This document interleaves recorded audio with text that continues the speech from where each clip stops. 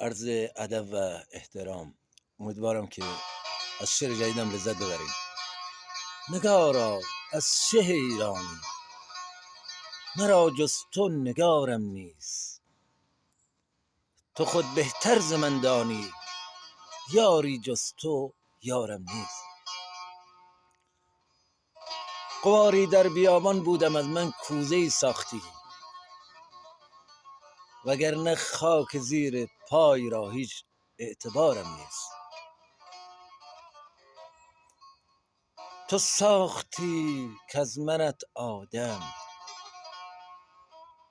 آدم ساختی از آدم. به عالم آدمی است بسیار، ولی در ذات آدم نیست. خدا بخشید گر روحم، تو روح بخشیدی بر روحم. چنانش جلوه‌ام دادی، دانم در قوارم نیست. پریشانی مکن دیگر، بشنو از زبان دل.